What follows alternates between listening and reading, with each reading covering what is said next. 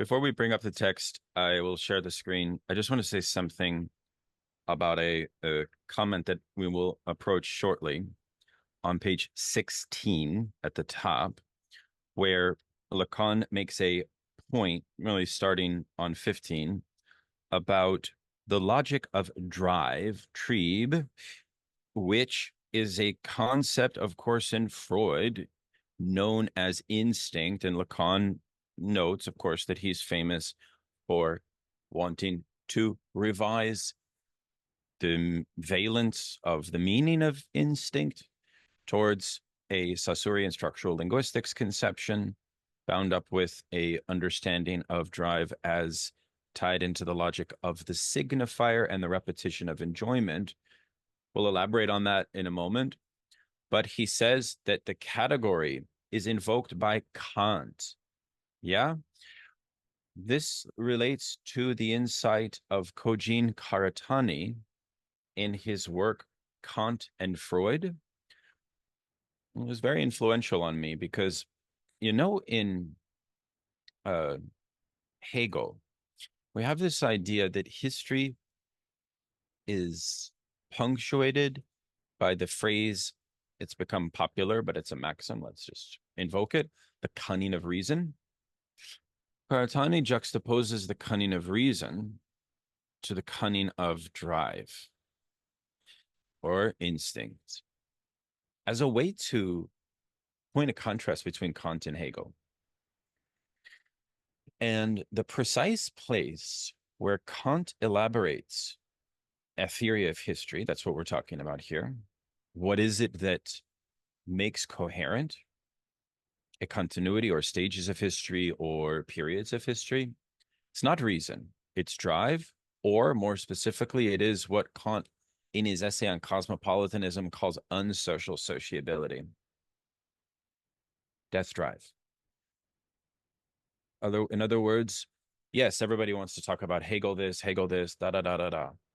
But here, Karatani and also Lacan is acknowledging that in some sense, the theory of historical periodization, which is what subtends the theory of the discourses, by the way, right, kind of is first animated by Kant. World peace or the world republic, according to Kant, is made possible not by human reason or the moral will, but by unsocial sociability or an antagonism that is fundamentally innate in human beings. The superego is an agency that actively and autonomously inhabits or inhibits this agency. And it is therefore what Freud will call reason. So the dialectic that Karatani pinpoints in Freud is between reason and drive, or for Freud, superego and death drive. So I just want to say that because in some ways Karatani's text on Kant and Freud is so clear, maybe even that's actually part of the sexy seductiveness of French theory, is that there's that indeterminacy about it, like, oh, it's all experimental. Karatani's text is not like that in a certain way. He's really presenting it in a much more coherent format. And I just really benefited from that. And I just want us to sort of keep that in mind as we go, because I find this very, very, very, very much essential to the theory of the discourses. Okay, so now let me share the screen. Okay. Sure. On the topic that you brought up, I just thought I'd Yes. recommend by Rebecca Comey, a book on Hegel concerning the French Revolution, and mainly drawing the distinctions between him and Kant. I think it's called Mm. Morning Sickness. Mm. Yeah, and I think it's great the way she kind of considers I suppose, the show trial, which kind of inaugurated or you know what, King Louis, whatever the number is, Mm-hmm. basically the kind of inauguratory spectacle Mm-hmm. that initiated, we can say, like modern subjectivity. I think she did a good job of maybe drawing some connections between this unsocial sociability and this perhaps demand at certain Mm. moments of lapse among the highest level of decision making to stage things for who knows who. Yeah. But Yeah, anyways, yeah. that's very helpful. Yeah, because unsocial sociability, by the way, is a knowledge. It's a knowledge. Lacan calls it a knowledge. Okay. It has to be administered. And according to Karatani, it is where we must understand the field of culture. It's also where Karatani makes the brilliant insight that civilization and its discontents, therefore, must be understood as a text that is meant to function as a conservative. Here we're introduced to the conservative liberal valence of Freud in a very important way, set on the preservation of an old aristocratic form of culture in the face of social change brought about by the First World War and Bolshevism, right? That's the central argument of Karatani's text, which is important because that goes neglected in French theory, because they have a certain aristocratic theory of they miss out on that point. It's the same point of Philip Reeve in Freud, the Mind of the Moralist, which I don't think we should shy away from, which is that Freud's project was around the restoration of a sort of conservative cultural bourgeoisie, in some sense.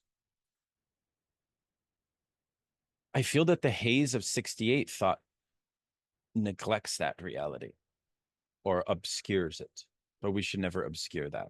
Because again, that's the Nietzschean kernel of that's what makes Freud in line with Nietzsche as a liberal reactionary. It's that precise theory of the intervention of culture.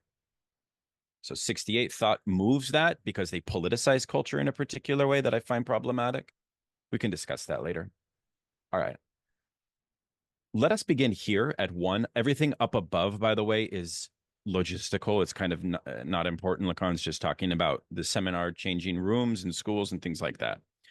I propose we start here at, I can see on the screen, I thought I should call this seminar Psychoanalysis Upside Down. Maton, would you mind being our reader? No, I wouldn't. I'll just clear my throat real Please. quick. I think the page skips are going to be a little bit abrupt because I'm on my phone here, so pardon me. Anyways, to begin, I thought I should call this seminar Psychoanalysis Upside Down. Don't get the idea that this title owes anything to the current situation that thinks it is in the process of turning a number of places upside down. Let me give just the following as proof of this in a text published in 66, one of those introductions that I wrote at the time of the collection of my écrits, and which punctuated a text called On My Antecedents on page 68. I describe my discourse as being about, I say, a revival of the Freudian project upside down. It's thus written down well before the events, a revival from the other direction. What does that mean? Last year, I managed with much perseverance to ascertain what discourse is about as a necessary structure that goes well beyond speech, which is always more or less occasional. What I prefer, I said, and I even wrote it up on the board one day, is a discourse without speech. The fact is that, in truth, discourse can clearly subsist without words. It subsists in certain fundamental relations which would literally not be able to be maintained without language. Through the instrument of language, a number of stable relations are established, inside which something that is much larger and goes much further than actual utterances can, of course, be inscribed, something like meter. There is no need of the latter for our conduct, possibly for our acts, to be inscribed within the framework of certain primordial statements. If this were not so, what would we make of what we keep rediscovering in our experience, and especially in our psychoanalytic experience? I mention analytic experience in this connection only because it gives this a precise designation. What would we make of what keeps appearing in the guise of the superego? There are structures. We cannot describe them in any other way for characterizing what can be extracted from this in the form of or in the guise of. One particular usage of which I took the liberty of stressing last year, namely, what happens by virtue of a fundamental relation. the one I define as the relation of one signifier to another. And from this, there results the emergence of what we call the subject, via the signifier which, as it happens, here functions as representing this subject with respect to another signifier. How is this fundamental form to be situated? Without any further ado, we are, if you will, going to write this form in a new way this year. Last year, I wrote it as the exteriority of the signifier S1, the one that is the point of departure for the definition of discourse that we will emphasize at this first step with respect to a circle marked with the sign A, that is the field of the big other. But simplifying, we will take S1 in the battery of signifiers, which we will refer to as the sign S2.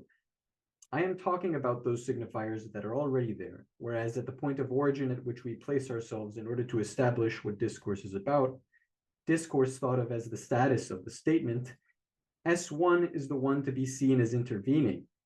It intervenes in a signifying battery that we have no right ever to take as dispersed, as not already forming a network of what is called knowledge. Knowledge initially arises at the moment at which S1 comes to represent something, through its intervention in the field defined at the point we have come to, as an already structured field of knowledge, and the subject is its supposition, its hypokaimenon, insofar as the subject represents the specific trait of being distinguished from the living individual. The living individual is certainly the subject's locus, where the subject leaves its mark, but it isn't of the same order as what is brought in by the subject, by virtue of the status of knowledge. And here we've got a diagram. The first of the four discourses, we've got S1 on top of a horizontal bar under which is S with a diagonal line through it, S bar. Then we've got an arrow next to that term pointing towards S2 over A. On to the next page, no doubt it's around this word knowledge that there is a point of ambiguity to which we have to stress this today. I have already rendered your ears sensitive by means of several paths, tracks, moments of enlightenment, or flashes of light. Shall I mention it for those of you who took note of it, for whom it is still fresh in your mind? Last year, I had occasion to call the others jouissance knowledge. A strange business, to be honest. This formulation had never been proffered before. It's not new, since even last year I was able to make it sufficiently plausible for you. I could make the claim without raising any particular protests. This is something I announced I would return to this year. Let me first of all finish what began with 2 legs, then had 3. Let's give it its 4th. And this is, of course, a reference to the riddle of the Sphinx and Oedipus, I assume. But anyways, the latter is something I have been emphasizing for quite a while, and last year especially, since for quite some time this was the purpose of the seminar, from another to the other. I called it. This other, this little other, with its famous the, was what at this level, which is at the level of algebra, of signifying structure, we designate as the object A. At this level of signifying structure, we have only to learn the way it operates. Thus, we are at liberty to see what happens when we write the things out and give the entire system a quarter turn, by which he means a clockwise term in which the bars and the arrows stay, but those 4, the 3 S's and the A, they each kind of rotate through these slots. At this level of signifying structure, we have only to learn the way it operates. Thus, we are at liberty to see what happens. I'm repeating myself when we write the things out and give the entire system a quarter turn. I have been speaking about this notorious quarter turn for long enough and on different occasions, in particular, ever since the appearance of what I wrote under the title, Kant with Sod, for people to think that perhaps one day it would be seen that this isn't limited to what the so-called schema Z does, and that there are other reasons for this quarter turn than some pure accident of imaginary representation. And here is the first diagram with those turns subject to that quarter turn. Here you have an example. It seems justified to say that the chain, the sequence of letters of this algebra must not be disturbed. Then by performing this operation of a quarter turn, we will obtain 4 structures and no more. The first of which in some way gives you the starting point. It is a simple matter to quickly reproduce the remaining 3 on paper. I am only saying this to specify an arrangement that has absolutely not been imposed in any way, as they say, from a certain point of view, Nothing has been abstracted from any reality. On the contrary, it's already inscribed in what functions as this reality. Oh, as Okay, so this, oh, let's pardon me. pause here. Let's pause here. We've gone over quite a lot. This is excellent, Matan. Thank you so much for your reading. I really like it. Uh, we have one comment or question from Gossamer, and then I want to also raise a few questions as well. So go ahead, please. Yeah, it's very interesting because he says if it seems justified to say that the sequence of letters of this algebra must not be disturbed. He doesn't say it can't be disturbed, just if it seems justified, which I think is quite interesting and potentially opens up the possibility for going beyond four discourses, right?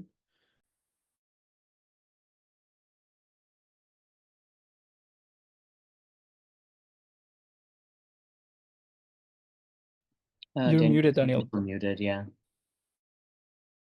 That's exactly right. That's why Lacan will only speculate on one fifth discourse, right? And you know what that is, right? That's the capitalist discourse, which he elaborates on in 1973 at the Milan lecture.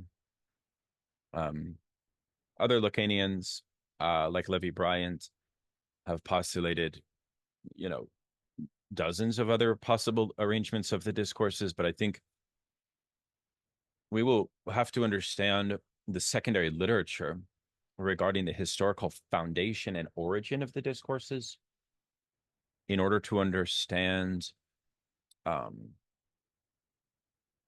they emerge in history, but also why they have an interrelation, and why the fifth discourse of capitalism is actually, and this of course stands as a prophetic point of cultural commentary of Lacan, that late capitalism is eroding the discourse of psychoanalysis, and therefore capitalism is becoming the new master's discourse, which, if successful, right, if instantiated, will spell the death of all four discourses.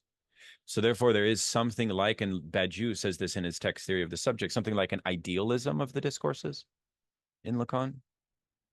But let's not jump too far ahead of ourselves. We should probably go back to the basics and make sure that we are clear on on a few things, like the most important one being the mathemes. We should understand them, and also we should understand the notion of quarter turn. Let's hear from Luis. Yeah, so first I think that when Lacan says that psychoanalysis is a discourse without speech, it raises to my mind that in French it will be parole, right?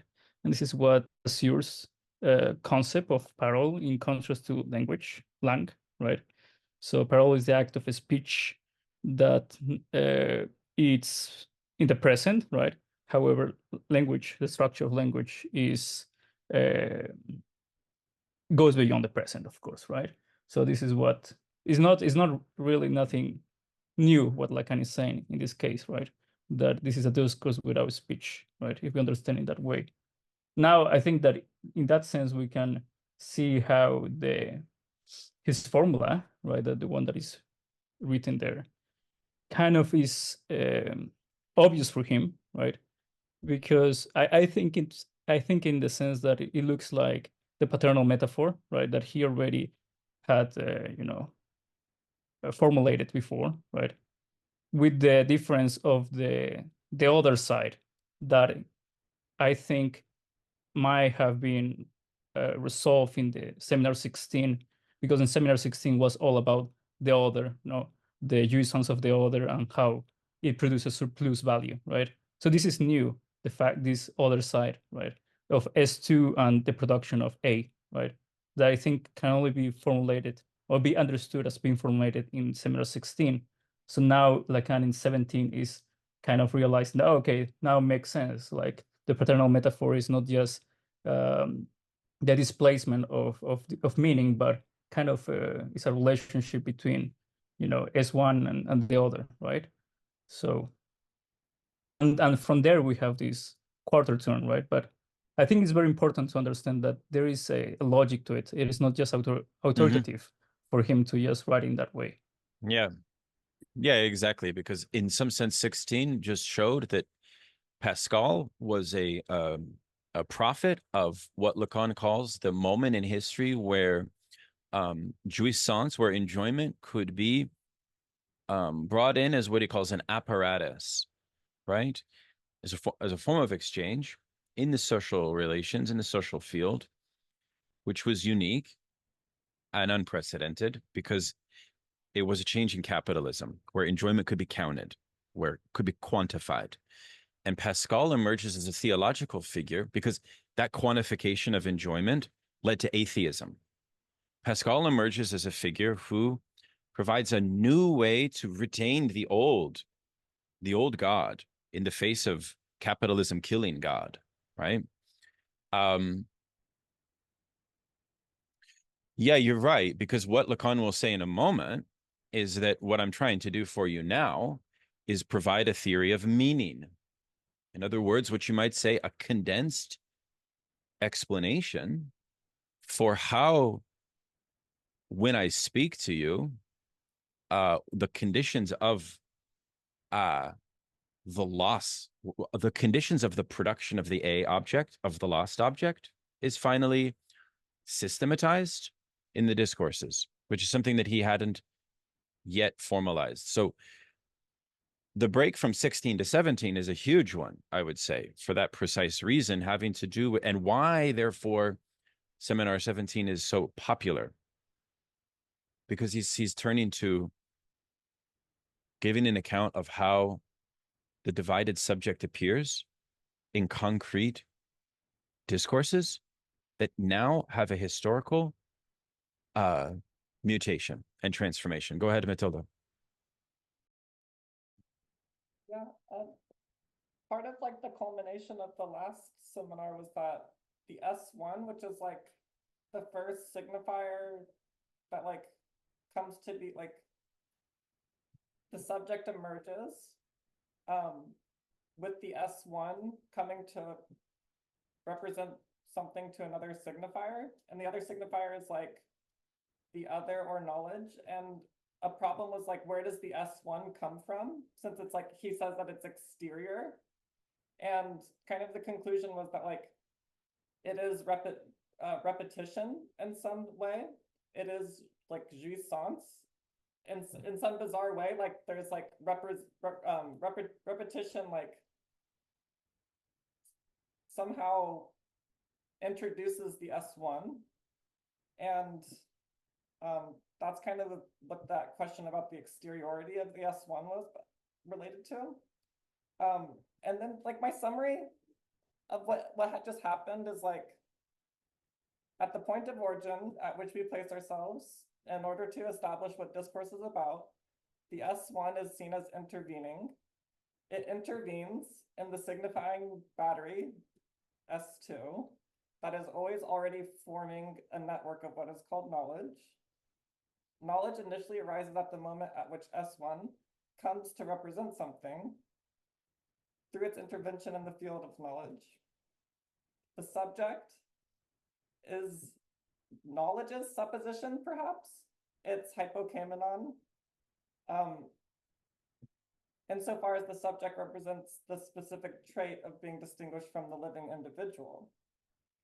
The living individual is the subject's locus where the subject leaves its mark, but the mark isn't of the same order as what is brought in by the subject by virtue of the status of knowledge. Whatever that means, you know, it's like,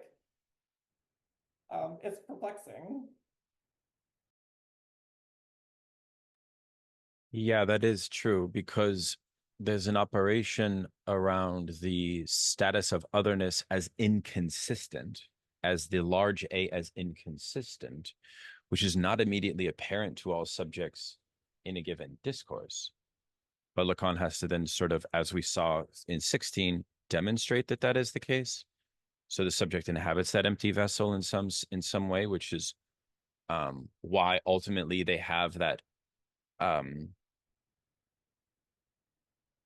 that system of signifier differentiality that emerges, or the notion of metonymy that emerges around the subject. So yes, and by the way, we have we have here the math themes, which of course, at first blush, for most people, most readers, they are too formidable to master.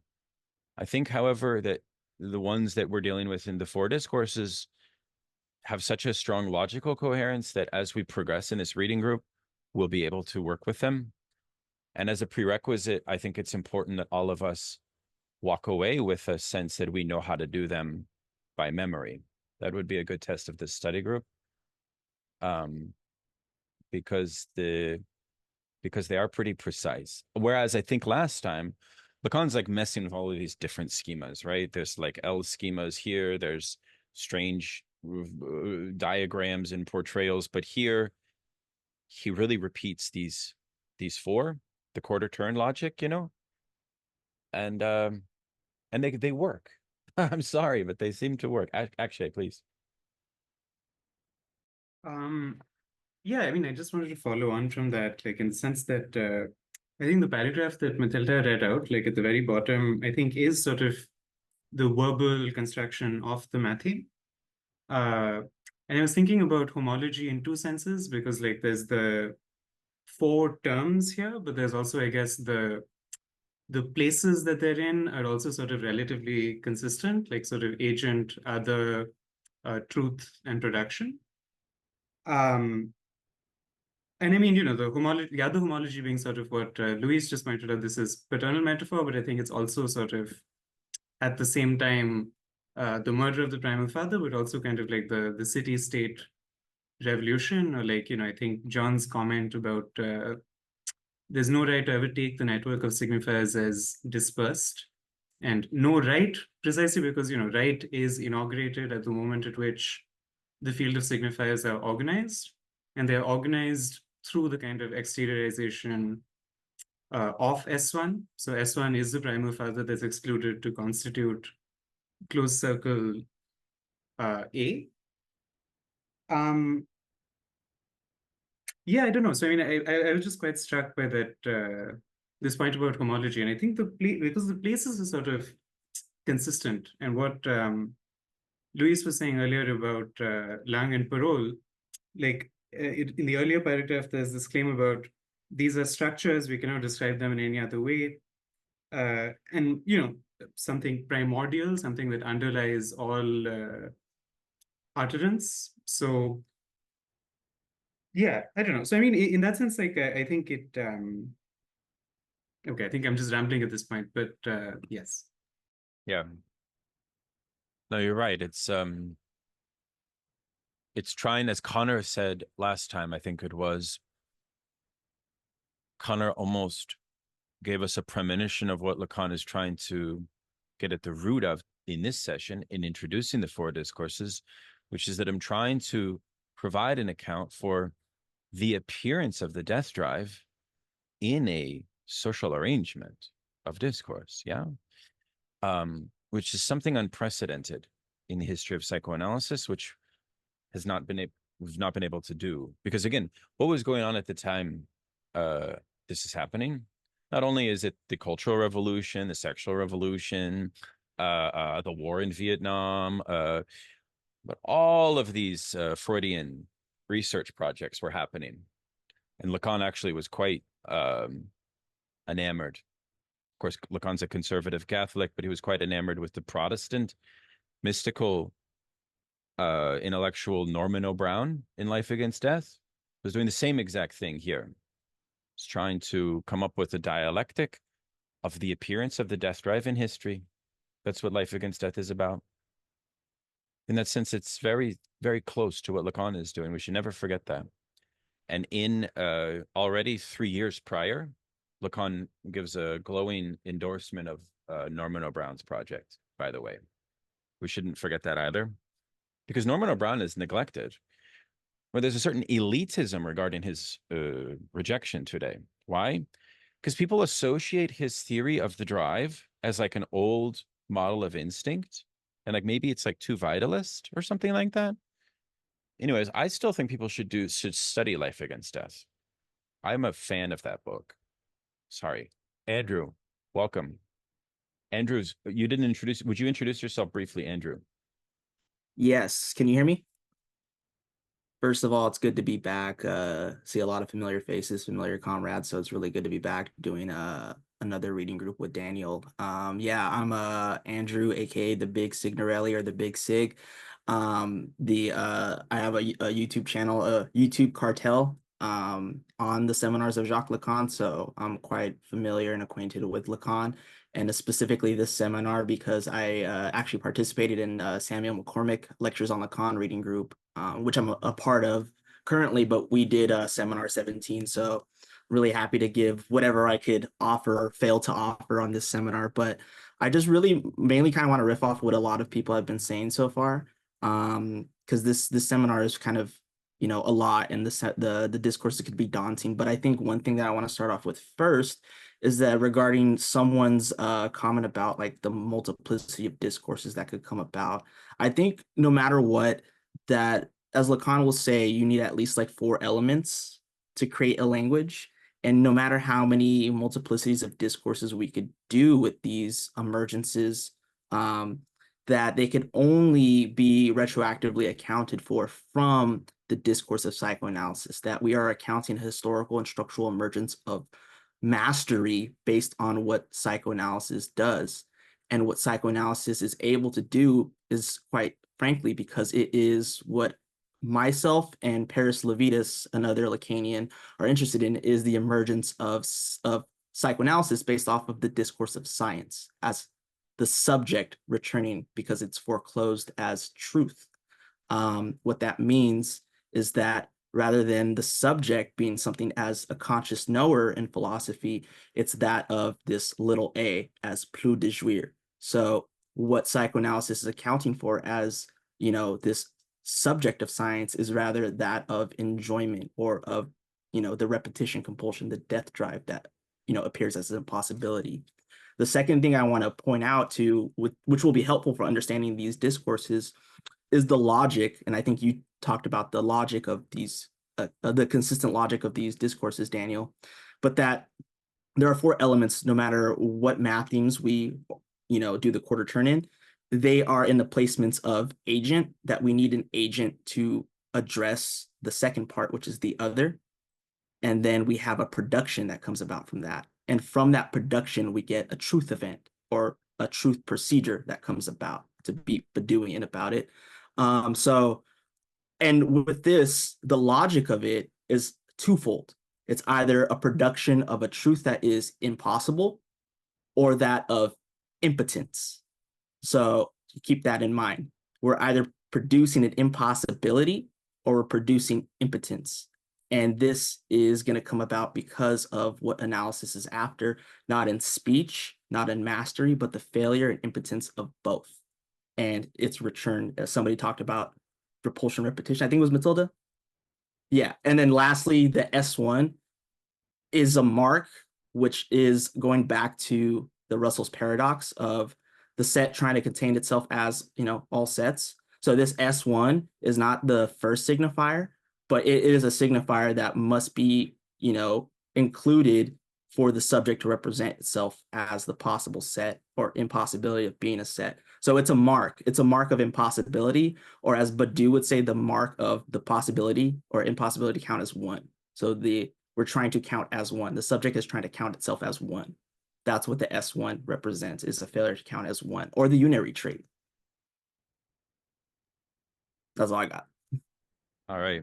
I think you should be proud that you're capable of systematizing these points in the way you just did. It's very, very precise and very interesting, and very helpful.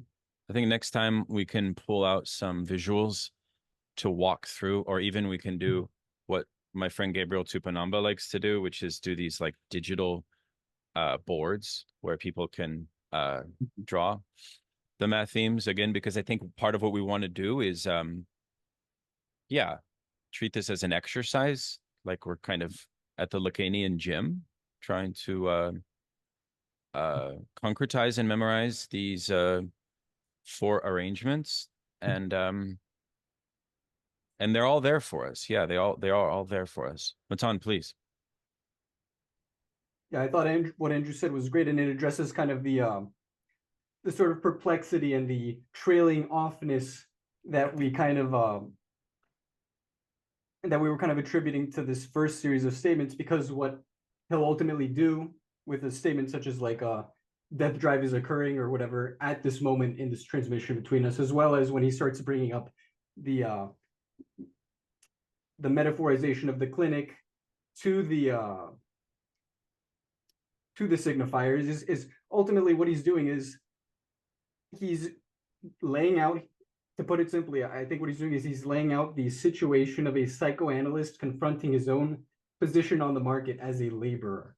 The moment at which his own knowledge of an unconscious is itself an economized language.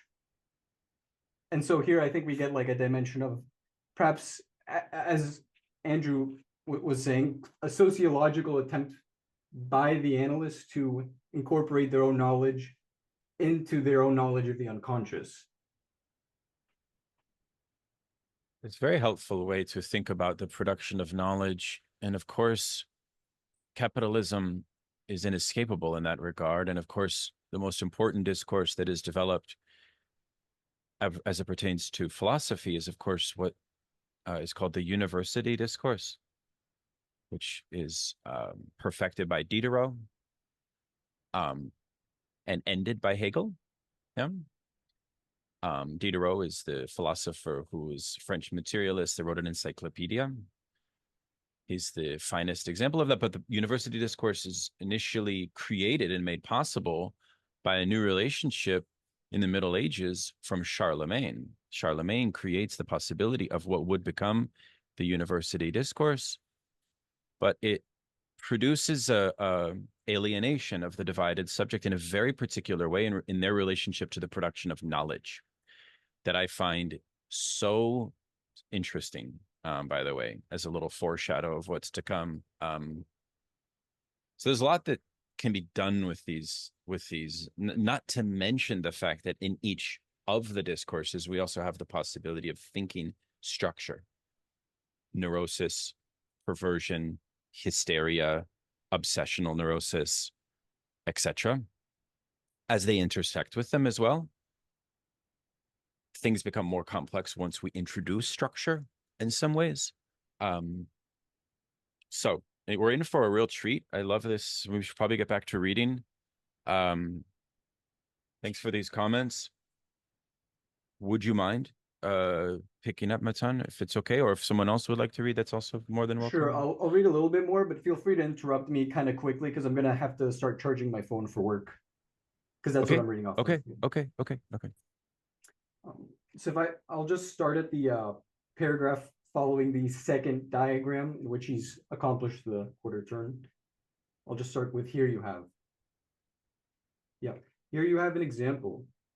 If it seems justified to say that the chain, the sequence of letters of this algebra must not be disturbed, then by performing this operation of a quarter turn, we will obtain 4 structures and no more, the first of which in some way gives you the starting point. It is a simple matter to quickly reproduce the remaining 3 on paper. I am only saying this to specify an arrangement that has absolutely not been imposed in any way, as they say, from a certain point of view. Nothing has been abstracted from any reality. On the contrary, it is already inscribed in what functions as this reality I was speaking about before. The reality of a discourse that is already in the world and that underpins it, at least the one we are familiar with.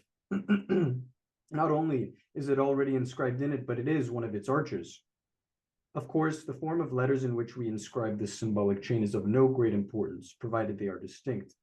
This is enough for some constant relations to become clear, as is the case with this formula. What does it say? It locates a moment. What my discourse subsequently develops here will tell us what the appropriate meaning to give this moment is. It says that it is at the very instant at which S1 intervenes in the already constituted field of the other signifiers, insofar as they are already articulated with one another as such that, by intervening in another system, this S bar, which I have called the subject as divided, emerges. Its entire status, in the strongest sense of this term, is to be reconsidered this year. Finally, we have always stressed that something defined as a loss emerges from this trajectory. This is what the letter to be read as object A designates. We have not left undesignated the point from which we extract this function of the lost object. It's from Freud's discourse about the specific sense that repetition has in the speaking being. Indeed, repetition is not about just any old effect of memory in the biological sense. Repetition bears a certain relationship to what is the limit of this knowledge in which we call jouissance. This is why it is a logical articulation that is at stake in the formulation that knowledge is the other's jouissance. The others, of course, insofar as, since there is no other, the intervention of the signifier makes the other emerge as a field. You will tell me no doubt that here, in short, we are still going around in circles, the signifier, the other, knowledge, signifier, other, knowledge, and so on.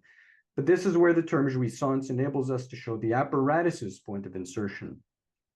In doing so, we are no doubt leaving behind what knowledge authentically is, what is recognizable as knowledge, and referring to the limits, to the field of these limits as such, the field that Freud's words dare to confront.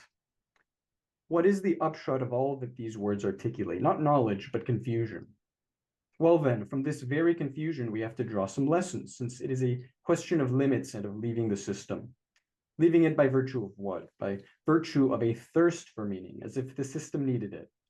The system doesn't need it, but we feeble beings, as we will keep on discovering for ourselves at every turning point over the course of this year, we need meaning. All right then, here's one. It's perhaps not the right one, but then it is certain that we will find that there are many of these. It's perhaps not the right ones, the insistence of which is for us a good indication of the dimension of truth. Notice the ambiguity that the word drive has taken on in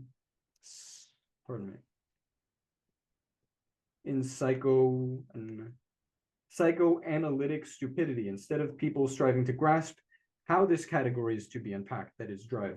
The category is not without ancestry. I mean, the word is not without a usage already, one that goes back a long way, as far back as Kant. But what it is useful for in analytic discourse would merit our not rushing in and translating it as instinct. But after all, these slippages do not occur for no reason, and although for a long time I have been emphasizing the aberrant character of this translation, we are nevertheless within our rights to benefit from it.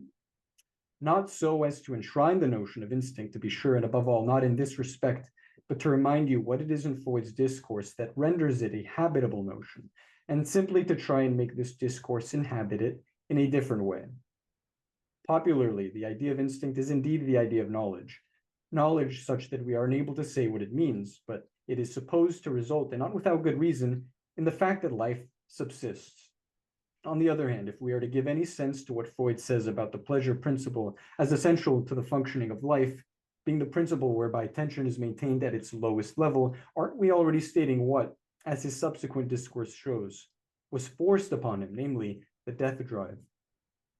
What forced this notion upon him was the development of an experience, analytic experience, insofar as it has the structure of discourse. For don't forget that one does not invent the death drive by considering people's behavior.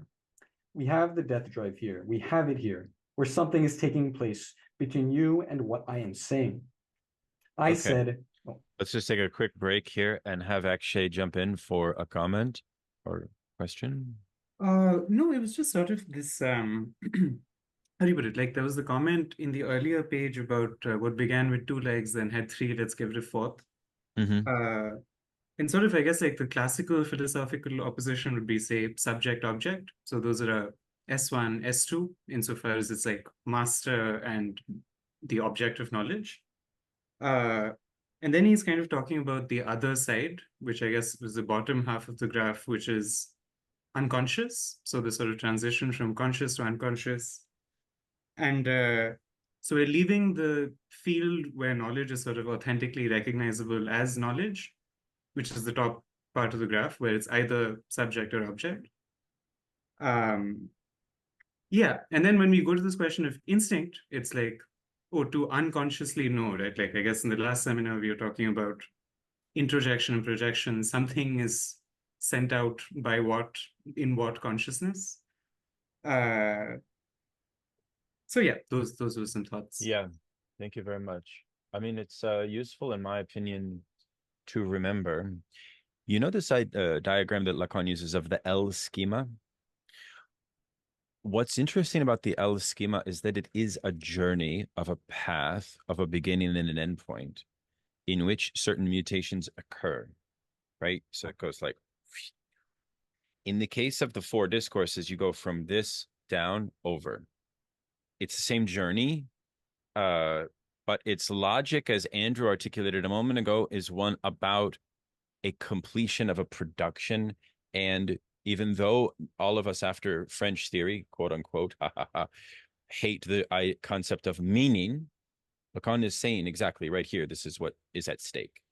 God bless him. Which, of course, we know from the seminar on the psychoses is a operating concept of the point de capitan, the problem of the paternal metaphor, which Louise talked about as well,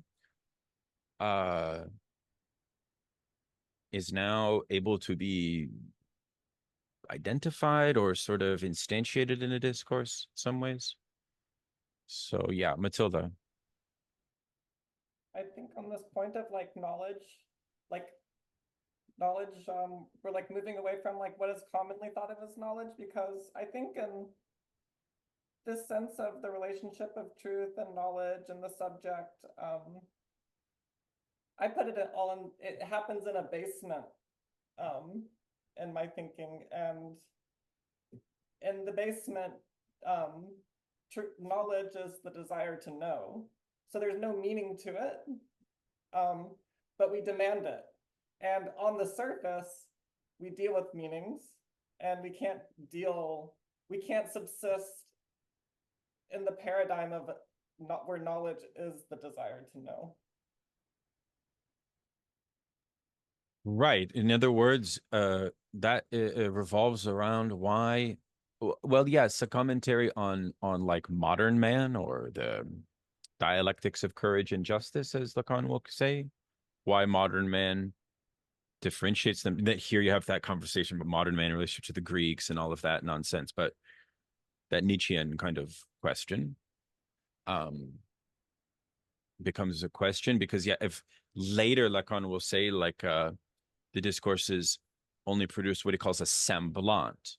So it's not a pure meaning or something like that. And that actually goes into Plato and Socrates and truth as forms as well, which we'll get to later, which is not like a positivism of truth, if you will. So anyways, I apologize, this is a bit slow going. We'll be a little bit faster in future sessions. We do want to respect time and probably break in 20 minutes. So I would advocate, Matan, that we continue to read if your phone has the juice. I'll pass the baton to one of you. Cool. Anybody willing to take it on for us? I'm happy to read. Please, go ahead. Could someone remind me where we left off? Oh, at 2. That's correct. Okay. I said what I am saying. I'm not talking about what I am. What would be the use, since in short, one can see this owing to your presence? It's not that your presence speaks in my favor. It does speak sometimes and usually in my place. Be that as it may, what justifies me in saying something here is what I would call the essence of this manifestation, that the diverse and successive audiences I have attracted according to the location in which I have spoken have been. I was particularly keen to track the following remark on somewhere, because as I am in a new location, today seemed to me to be that day.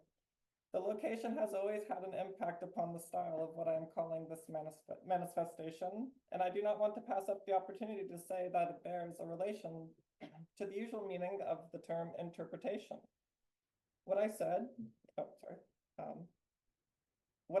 by, for, and in your presence is at each of these moments, if we define them by their geographical locations, always already interpreted. This will have to take its place in the little rotating quadrupeds I have begun to put to use today, and I will come back to it. But so as not to leave you completely in the dark, I will point something out to you straight away.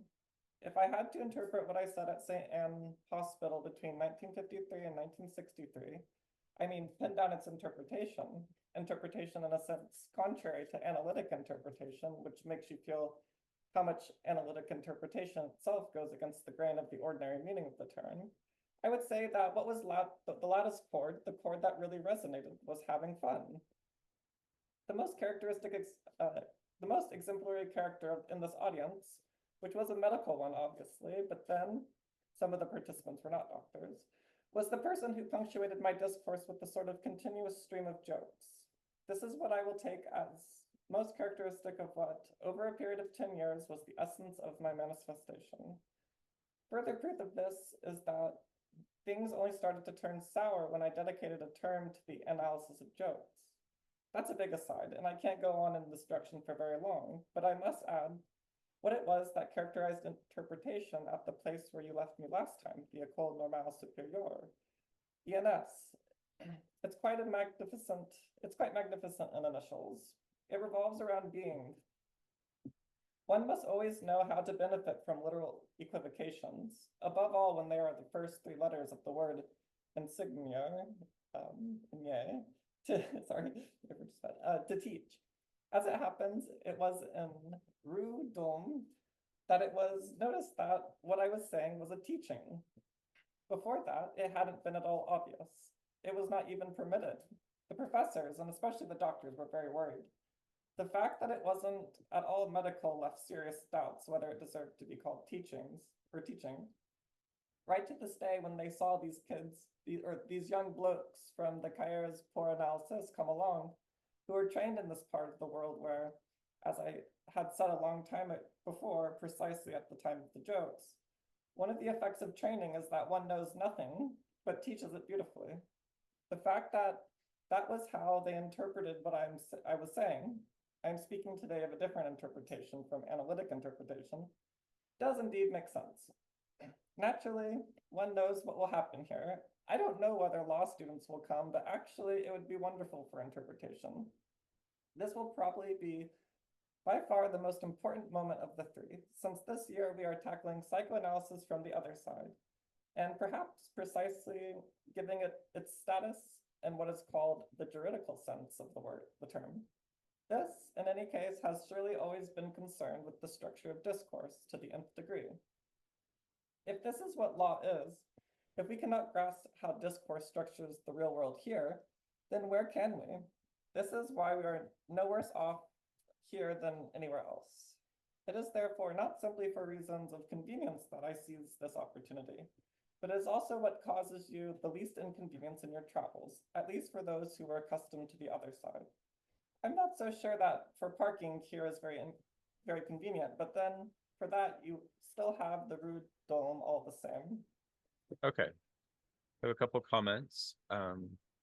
First, let us hear from Gossamer, please. This isn't my forte, but is Lacan like appropriating Heidegger to some degree in this section? It feels like he might be, especially with like Dasein.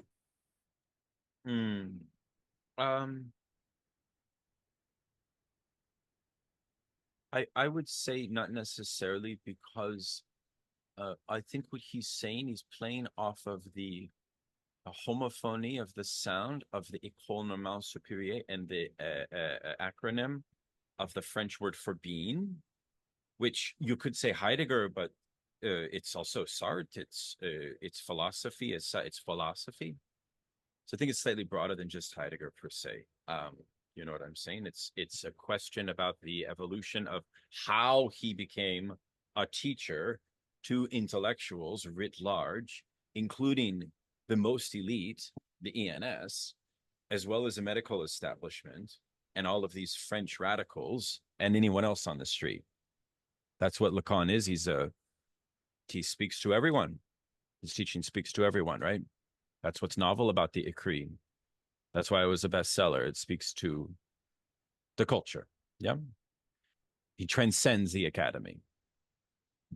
But the ENS is where he was at one time teaching. So that's how I read that, but maybe others can see Heidegger there more than I can.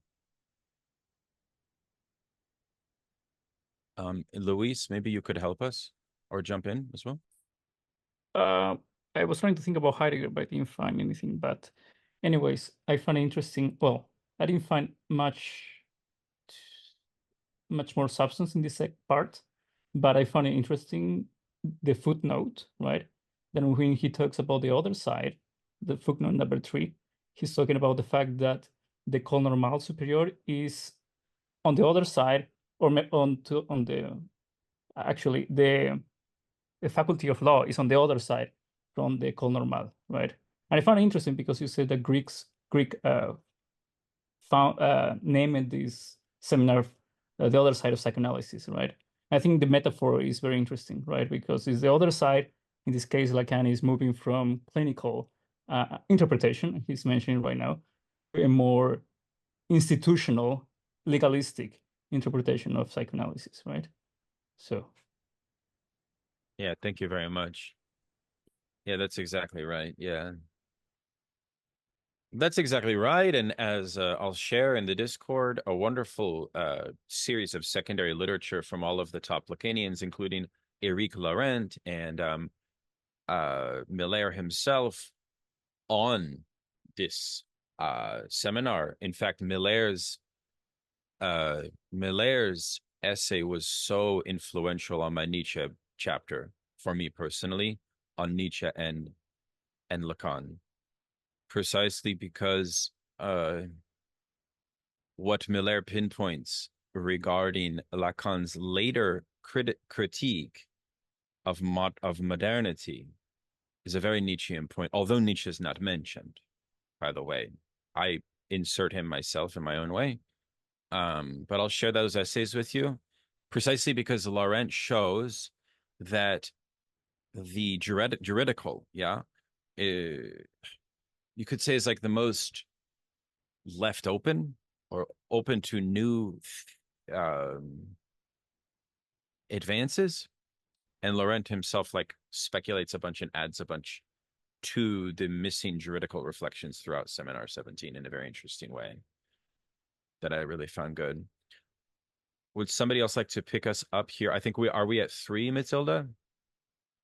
Yeah, we're at 3. We're at 3. You can continue, or if somebody else wishes to. Either way, it's totally chill. I'll continue. I'll read. Please. Okay. Let's pick up the thread again. We had got to the point of situating our instinct and our knowledge, and some on the basis of what Bichat defines as life. Life, he says, and this is the most profound definition, is not at all trite if you look at it closely. Life is the totality of forces that resist death. Read what Freud says about life's resistance to the decline into nirvana, as the death drive was otherwise described at the time he introduced it.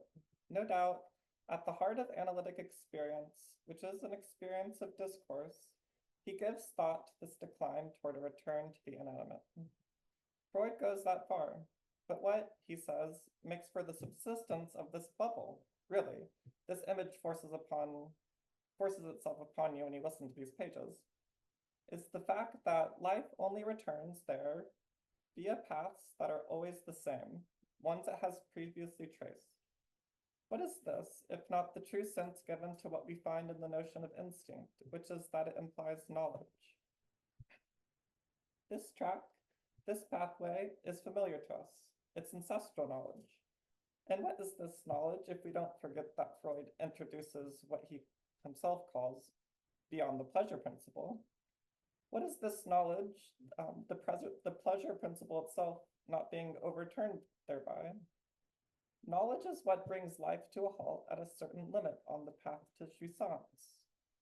For the path toward death, this is what is at issue. It's a discourse about masochism. The path toward death is nothing other than what is called jouissance.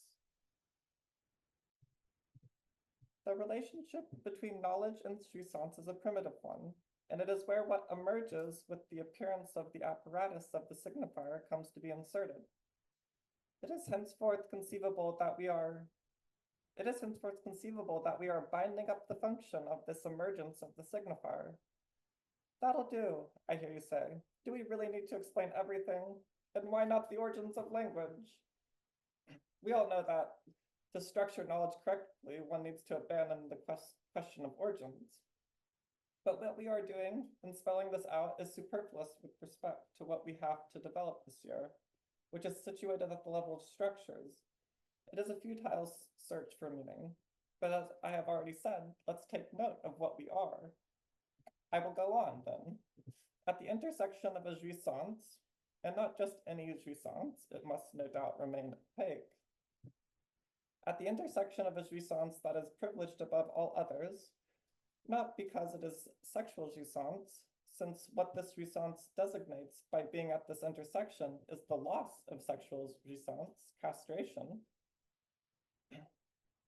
In relation to this meeting point with sexual jouissance, there emerges, in the Freudian fable of repetition, the engendering of something radical that gives body to a schema that is literally articulated. S1, having emerged at the first moment, is repeated with respect to S2. The subject emerges from this entry into a relation, the subject that something, a certain loss, represents.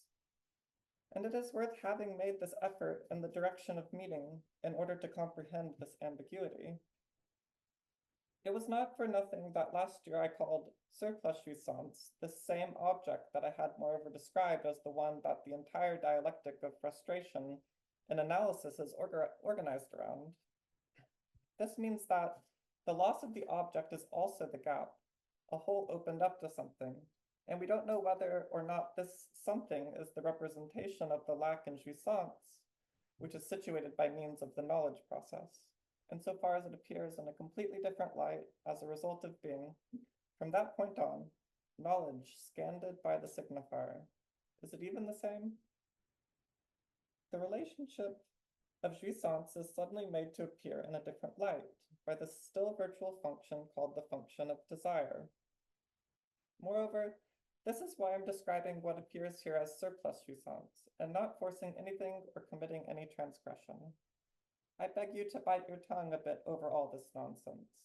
What analysis shows, if it shows anything at all, I invoke here those whose soul is a little bit different from the ones of which one could say, as Barras says of the cadaver, that it talks nonsense, is very precisely that we don't ever transgress. Sneaking around is not transgressing. Seeing a door half open is not the same as going through it. We shall have the occasion to come back to what I'm introducing now. There is no transgression here, but rather an eruption, a falling into the field, of something not unlike jouissance, a surplus. But perhaps even that has to be paid for. That is why I told you last year that in Marx, the little a, which is here, is recognized as functioning at the level that is articulated on the basis of analytic discourse, not any others, as surplus jouissance. Here you have what Marx discovered as what actually happens at the level of surplus value. Of course, it wasn't Marx who invented surplus value. It's just that prior to him, nobody knew what its place was. It has the same ambiguous place as the one I've just mentioned, that of excess work, of surplus work. What does it pay in, he says? It pays in jouissance, precisely, and this has to go somewhere. What's disturbing is that if one pays in jouissance, then one has got it. And then, once one has got it, it is very urgent that one squander it. If one does not squander it, then there will be all sorts of consequences. Let's leave the thing up in the air for the moment. Should I continue? I'm happy to.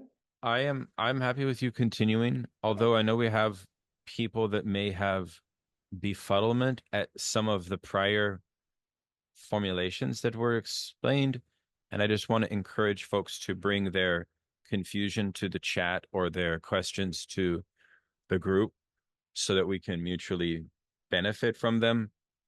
I don't know if any of this bears repeating or elaborating on. I think it's all well and good as far as I'm concerned. But again, if folks want to jump in, we have a few minutes. Perhaps we can either do that, or we can also continue because we do want to break it at noon in just like a few minutes. So yeah, We can discuss in the Discord if there's passages that yes, and we can do our little exegesis on them. absolutely, because I think this point about castration here is actually essential to grasp that. Okay. Yeah, anyways, because each discourse has a particular operation of the production of a surplus object, of loss, but also of the divided subject. And therefore castration is essential. Yeah. Although there are discourses that don't perform an operation of castration, which is something we'll look at later. Okay. Okay. What am I up to? I'm beginning to get you to acknowledge simply through locating it that this four-footed apparatus with its four positions can be used to define four radical discourses. It's no accident that I presented this form to you as the first. There is no reason why I could not have begun with any of the others, with the second, for instance. But it is a fact determined by historical reasons that this initial form, the one that we express by starting with the signifier that represents a subject with respect to another signifier, has a very special importance insofar as, and what I'm going to state this year, it will be singled out as being, of the four, the one that articulates the master's discourse. The master's discourse.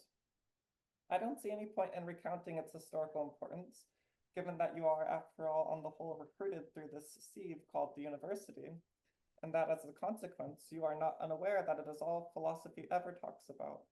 Even before it began talking about this alone, that is, before it called it by its name, at least in Hegel it stands out, and this is quite specially illustrated by him, it was already apparent that at the level of the master discourse, something appeared which is of interest to us concerning discourse, irrespective of its ambiguity, and which is called philosophy. I don't know how far I will be able to go with what I want to point out to you today, since we mustn't delay if we want to go over the four discourses in question. What are the others called? I will tell you straight away why not, even if only so as to whet your appetite. That one, the second one on the blackboard, is the hysterics discourse. It's not obvious straight away, but I will explain it to you. And then the other two, one is the analyst's discourse. The other, no, definitely not. I won't tell you what it is. Saying it just like that today would create too many misunderstandings. The discourse that is highly relevant today. Coming back to the first one then, I must ground why it is that the present algebraic formula is described in this way, as the one that gives the structure of the master's discourse. S1 is, to say it briefly, the signifier function that the essence of the master relies upon. From a different angle, you may perhaps recall what I emphasized several times last year, that the slave's own field is knowledge, S2. Reading the testimonies we have about life and antiquity, in any case, discourse about this life, read Aristotle's Politics on this. What I am claiming about the slave as being characterized as the one who is the support of knowledge is not in doubt. In antiquity, this was simply a class, as with our modern slave. It was a function inscribed in the family. The slave Aristotle speaks of is just as much a part of the family as he is a part of the state, and even more a part of the family than a part of the state. This is because he is the one who has the know-how. Before we can know whether the knowledge is known, whether a subject can be founded on the perspective of a knowledge that is totally transparent in itself, it is important to know how to mop up the register of what, at its origins, know-how is. Okay. All right, I think we should pause here on savoir-faire. It's a beautiful concept of Lacan, which of course, just want to say savoir-faire is also, is it not also the type of knowledge of what the Marxist-Leninist intellectual is trying to create vis-a-vis the savant, which Lacan was critical of? Found that interesting, yeah. Where he says, I'm not trying to create savants. Maybe it's better to say I'm trying to create logicians. That's funny. a theory of the Lacanian intellectual as logician over savant. What is the meaning of that? That's interesting. I mean, So, It go would ahead. be it would Go be ahead. knowing how to count. because I often thought the savoir-faire kind of distinction, like know-how, was sort of distinguished to knowledge. Like as like the savant, I thought like where know-how was still more like this craft. It's sort of like it's not like knowing how in the sense of like the articulated theory, but the praxis, right? It's kind of like clinical practice would be the know-how of. But I don't know if I'm like reading that into it. No, I think you're right, actually. Yeah, it's also life. It's knowledge of life. It's this Nietzschean thing too. It's also like it's right bound up with this question. And the crisis of mastery in the modern times. But it's also like, I mean, between both those things is also like knowledge, but in what place, at what position in relation to the four terms of the graph. Like, yeah. True. Yeah, Luis, please. I was thinking about the know-how. Like if you go to the third world, if you want to know a sociological understanding of what goes in culture, you go talk with the taxi driver, right? He will be the agent of the know-how, but not exactly theoretical knowledge, of course, right? So I think that could be a difference. Yeah, exactly. Yeah. It's the S2. It's the knowledge the slave possesses, which Lacan says in the final session of 16 undergoes a historical mutation where it had a harmony, right? Where actually like there was a harmony of this relation of the S2 of savoir-faire in the purview or in the autonomy of the slave, but pretty soon at some point the master refuses to be a master, Lacan says. That refusal, by the way, would be an example of a new moment of the instantiation of discourse. That's also what he's saying about history, about how. So you see the point. It's like, yeah, the quarter turn also occurs at moments in history, which we will talk about next time. Go ahead, actually. Yeah, I mean, maybe I'm just restating the same thing, but like I wouldn't use, I guess, harmony as much as like this question of like savoir-faire becomes theoretical in the sense that it literally becomes master's knowledge through philosophy, like I guess in that. Yeah, exactly. Well, I mean, we already have a sense of Lacan's criticism of the stupidity of the Marxist intellectual. We can review that next time regarding why the Marxist intellectual is producing stupid knowledge. This notion of stupidity is actually very important for Lacan. We should probably do that. But let's continue to roll up our sleeves with this next time, and I'm very excited to meet next time. I did put every other week in the Discord. Let's debate whether we want to do every other week. We may want to just do every week. But if we do every week, it would be best if we keep it to an hour and a half. We'll continue in the Discord. But anyways, I'm very grateful that you joined us, and I really enjoyed this session. I hope everyone did as well. Thank you so much. All the best and have a wonderful afternoon. Take care.